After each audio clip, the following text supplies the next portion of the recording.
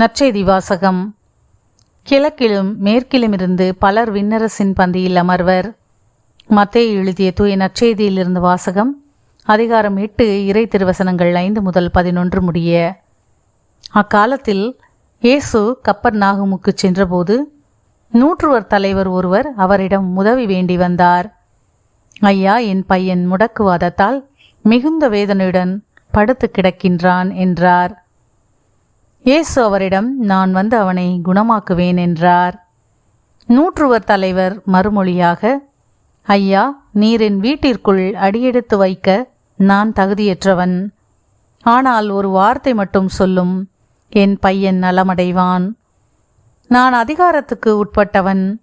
என் அதிகாரத்துக்கு உட்பட்ட படை வீரரும் உள்ளனர். நான் அவர்களுள் ஒருவரிடம் செல்க என்றால் அவர் செல்கிறார், வேறு ஒருவரிடம் வருக என்றால் அவர் வருகிறார். என் பணியாளரை பார்த்து இதை செய்க என்றால் அவர் செய்கிறார் என்றார்.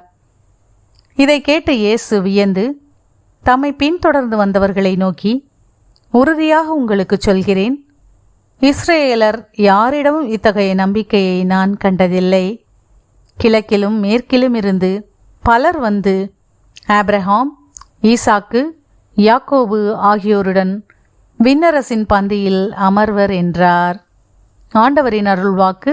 கிறிஸ்துவே உமக்கு புகழ்.